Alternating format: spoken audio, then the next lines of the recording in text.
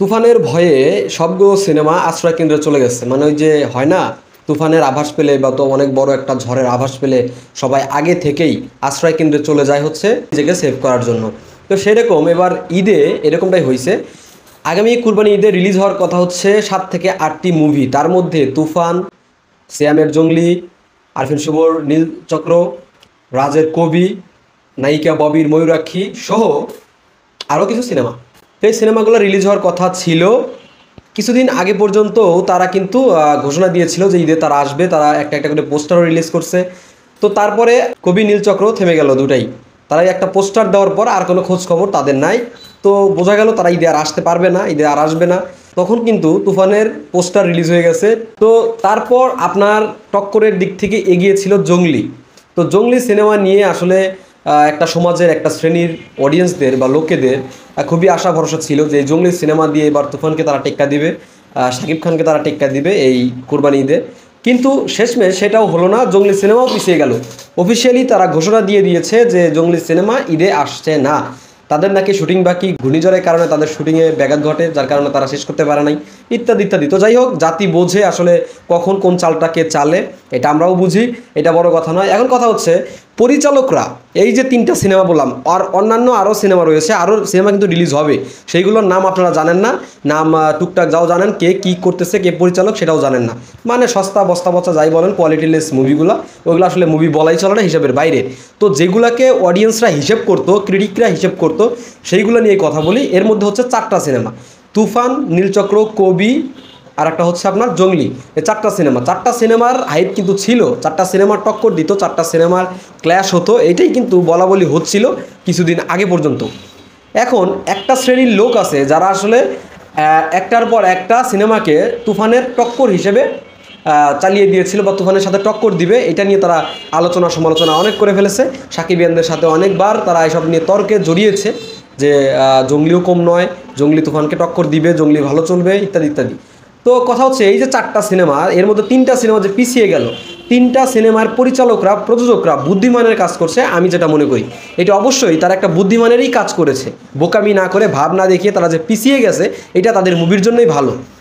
এইটা ছোট বাচ্চা থেকে বৃদ্ধ মানুষ যারা ফিল্ম দেখে বা ফিল্ম বোঝে তারা সবাই জানে যে এবার তুফান কি করতে চলেছে। তুফান বাংলা ইন্ডাস্ট্রির কত বড় একটা মুভি বা বাংলা ইন্ডাস্ট্রিতে কি বিপ্লব ঘটাতে যাইতেছে। তো তুফান স্বভাবতই 130+ সিনেমা হল নিয়ে নিবে। সেখানে কবি বলেন, ময়ূরাক্ষী বলেন, জঙ্গলি বলেন, নীলচক্র বলেন, এই সিনেমাগুলো যদি আসতো তারা হলই পাইতো না, 5টা 10টা করে হল পাইতো এবং ডিজাস্টার হয়ে যাইতো, নিশ্চিত ডিজাস্টার। তো এই ডিজাস্টারের হাত থেকে বাঁচার জন্যই কিন্তু তারা আসলে পিছিয়ে গেছে। আসলে তুফানের সাথে টক্কর দিয়ে তো লাভ নাই, এটা চিরন্তন সত্য যে তুফানের সাথে তারা কখনো পারবেও না, শাকিব খানের সাথে তারা কখনো পারবেও না। হ্যাঁ, শুধু শুধু বিজনেস নষ্ট করে লাভ নেই। তো এই জন্য তারা পিছিয়ে গেছে। তো ঈদের পরে তারা আসবে এবং একা একা যখন রিলিজ পাবে তখন কিন্তু মানুষ সেই সিনেমাগুলো দেখবে। হ্যাঁ, যেহেতু আরও অন্যান্য সিনেমাগুলোর চেয়ে এই সিনেমাগুলোর মান ভালো, মানে রাজ বলেন, শুভ বলেন, বুবলির বলেন, ববির বলেন, সিয়ামের বলেন, এদের কিন্তু সিনেমার কোয়ালিটি অন্যান্য মুভির চেয়ে ভালো, মানে সাকিব বাদে আরও যারা মুভি বানায় তাদের চেয়ে অনেক ভালো। তো তাদের মুভিগুলো অন্যান্য সময় রিলিজ হলে মানুষ দেখবে। তো এইটা প্রযোজক পরিচালকরা ভালো করছে। কিন্তু ভাই আমাদের আফসোস হচ্ছে, কষ্ট হচ্ছে সিয়াম ভক্তদের, শুভ ভক্তদের, রাজের ভক্তদের দেখে।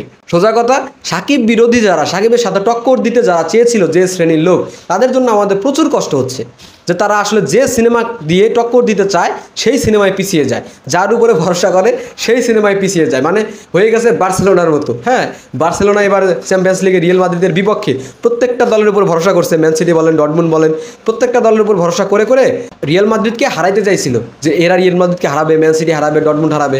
কিন্তু শেষ পর্যন্ত কি হলো, সব দলকে হারিয়ে রিয়াল মাদ্রিদ হয়ে গেল চ্যাম্পিয়ন। মানে বার্সেলোনার আশা ভরসা সব শেষ, যাকেই আব্বুটাকে সেই ধোকা দেয়।